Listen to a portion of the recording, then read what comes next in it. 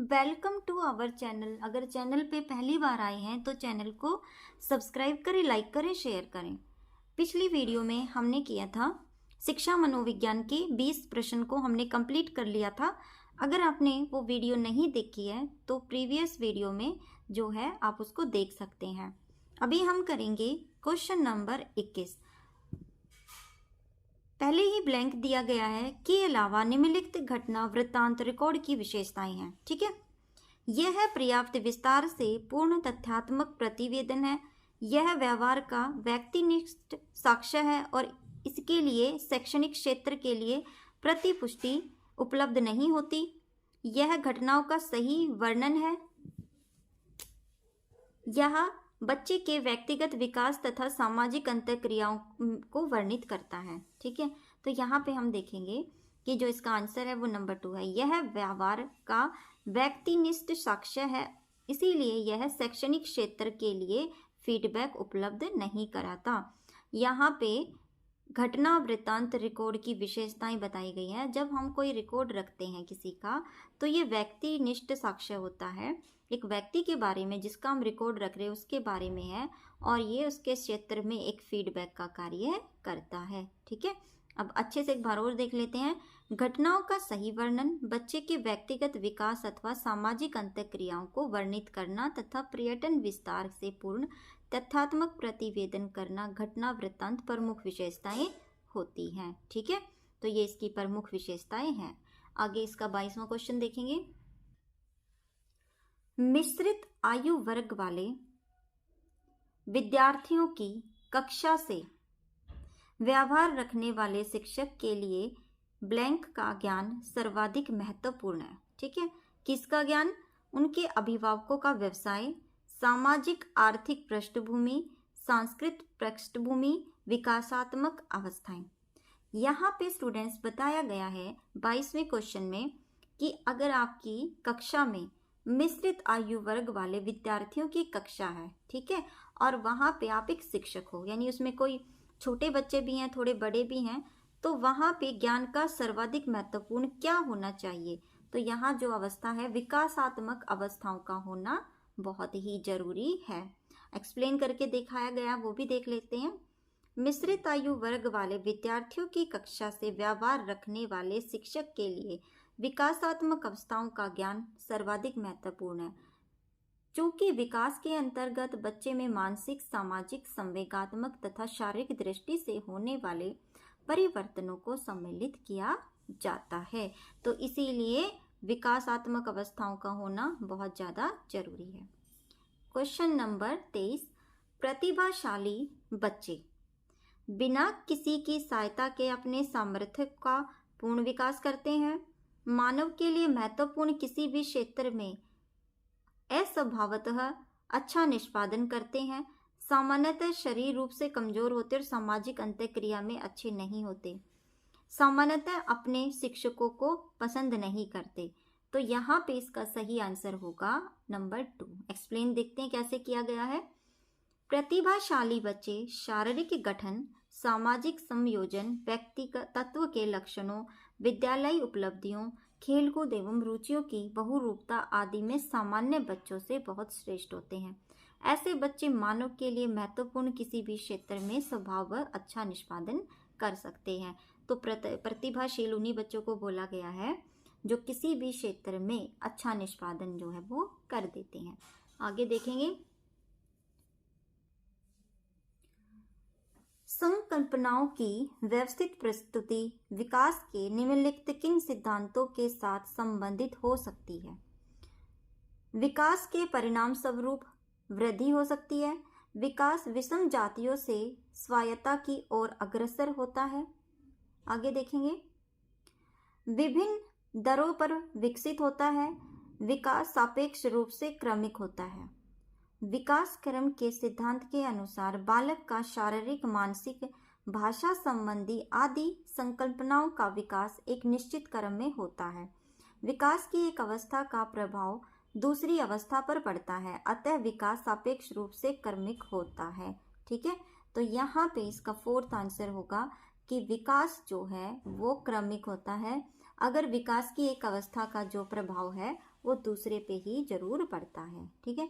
Question number 25, शिक्षा का अधिकार अधिनियम 2009 के क्रियान्वयन के बाद कक्षा कक्ष क्या होगा? अप्रभावित है, क्योंकि शिक्षा का अधिकार विद्यालय में कक्षा की औसत आयु को प्रभावित नहीं करता। लिंग के अनुसार अधिक समजातीय है, आयु के अनुसार अधिक समजातीय है, आयु के अनुसार अधिक विषम जातीय है। अब इसको एक्सप्लेन किया गया, वो भी देख लेते हैं। शिक्षा का अधिकार अधिनियम 2009 के क्रियान्वयन के बाद कक्षा कक्ष आयु के अनुसार पहले के मुकाबले अधिक समजातीय हुए हैं, तो इसका आंसर नंबर 3 लगेगा, आयु के अनुसार अधिक समजातीय रहे हैं। क्वेश्चन नंबर 26 देखेंगे, बाल केंद्रित शिक्षा का समर्थन निम्नलिखित में से किस विचारक द्वारा किया गया था? ये किसके विचारक के द्वारा? जॉन ड्यूवी के द्वारा किया गया था। प्रश्न जो है बाल केंद्रित शिक्षा का समर्थन, ठीक है, जॉन ड्यूवी। स्टूडेंट्स, ये जो आपका डायरेक्ट वाला आंसर है ये ऐसे ही याद करने हैं, इसको हम एग्जाम्पल या खोल के नहीं समझा पाएंगे, क्योंकि जिसने जो बोला है वो उसी के नाम से डायरेक्ट ही पूछा जाता है। ठीक है, आगे देखेंगे 27 देखेंगे, प्रतिभाशील बच्चों के संदर्भ में संवर्धन का अर्थ है ऐसे विद्यार्थियों को वर्तमान स्तर ग्रेड को छोड़कर अगले स्तर ग्रेड में प्रोन्नत करना, आकलन की प्रक्रिया का संवर्धन करना, शैक्षणिक गतिविधियों के संपादन में संवर्धन करना, सह शैक्षणिक गतिविधियों के संपादन की गति को बढ़ाना। ठीक है, तो यहाँ पे क्या कहता है, एक बार हम व्याख्या भी पढ़ लें। जिन बच्चों की बुद्धि सामान्यतः बच्चों से अधिक होती है ऐसे बच्चे प्रतिभाशाली बच्चे कहलाते हैं। टर्मन ने 140 से अधिक बुद्धि लब्धि आईक्यू वाले बच्चों को प्रतिभाशाली कहा है। ऐसे विद्यार्थियों का वर्तमान स्तर को छोड़कर अगले स्तर में प्रोन्नत करना बेहतर है। ठीक है, इसका आंसर आपको मिल गया कि जो प्रतिभाशाली जो बच्चे होते हैं वो बहुत ही एडवांस लेवल के होते हैं, 140 से ज़्यादा उनका आईक्यू होता है, तो उन्हें एक कक्षा से दूसरी कक्षा में स्तर को छोड़ के अगली कक्षा में भेज देना चाहिए। क्वेश्चन नंबर 28 देखेंगे, एकल अभिभावक वाले बच्चों को पढ़ाते समय शिक्षक को एकल होता है सिंगल पेरेंट। ठीक है, तो ऐसे बच्चों को पढ़ाते हुए टीचर को क्या करना चाहिए? स्थिर और एकरूप वातावरण उपलब्ध कराना चाहिए, इस तथ्य को अनदेखा करना चाहिए और ऐसे बच्चों के साथ अन्य बच्चों के समान व्यवहार करना चाहिए। इस प्रकार के बच्चों के साथ भिन्न प्रकार से व्यवहार करना चाहिए, ऐसे बच्चों को कम गृह कार्य देना चाहिए। देखेंगे एक्सप्लेन क्या किया गया है। शिक्षण प्रक्रिया के दौरान एक शिक्षक को चाहिए कि वह इस प्रकार के बच्चों, सिंगल पेरेंट वाले बच्चे या पिछड़े बच्चे आदि के साथ, ठीक है, क्या अन्य बच्चों जैसा ही व्यवहार करें। तो इसका दूसरा आंसर होगा, क्योंकि अगर हम उनके साथ अलग व्यवहार करेंगे तो बच्चा जो है अपने आप में अच्छा फील नहीं करेगा। ठीक है, तो दूसरा देखेंगे क्वेश्चन नंबर 29, प्रतिभाशाली विद्यार्थियों के लिए निम्नलिखित में से कौन सी गति सर्वाधिक उपयुक्त है? प्रतिभाशाली वही जो 140, जिनका आईक्यू ज़्यादा होता है 140 से, सभी हॉल में ही हुए स्कूल मैच का प्रतिवेदन लिखना, दी गई संकल्पनाओं के आधार पर मौलिक नाटक लिखना, 5 पाठों के अंत में दिए गए अभ्यासों को एक बार में हल करना, शिक्षक दिवस पर कक्षा को पढ़ाना। ठीक है, तो यहाँ पे कहता है सबसे ज़्यादा उपयुक्त बेस्ट जो है एक्टिविटी उन बच्चों के लिए जिनका आईक्यू लेवल 140 से ऊपर है, प्रतिभाशाली है, उनके लिए सबसे बेस्ट क्या होगा? तो इसका आंसर होगा नंबर 2, दी गई संकल्पनाओं के आधार पर मौलिक नाटक लिखना। ठीक है, एक बार देख लेते हैं। प्रतिभाशाली विद्यार्थी उच्च मानसिक योग्यताएं वाले होते हैं। ऐसे विद्यार्थी बड़ी तीव्र गति से लिखते हैं। संकल्पनाओं के आधार पर मौलिक नाटक लिखवाना ऐसे विद्यार्थियों के लिए सर्वाधिक उपयुक्त गतिविधि है। ठीक है, कि इनको एक मौलिक नाटक लिखने के लिए कहा जाए। लास्ट क्वेश्चन है हमारा 30वां, ठीक है, वो भी हम अभी कर लेते हैं। शारीरिक गतिक बुद्धि रखने वाले बच्चों की अंतिम अवस्था निम्न में से कौन सी हो सकती है? शल्य चिकित्सा, कवि, वाचक, राजनीतिक या नेता? एक बार व्याख्या भी देखेंगे। शारीरिक गतिक बुद्धि रखने वाले बच्चों की अंतिम अवस्था शल्य चिकित्सा होती है। ऐसे बच्चे शरीर रचना को जानने के लिए ज़्यादा उत्तेजित होते हैं।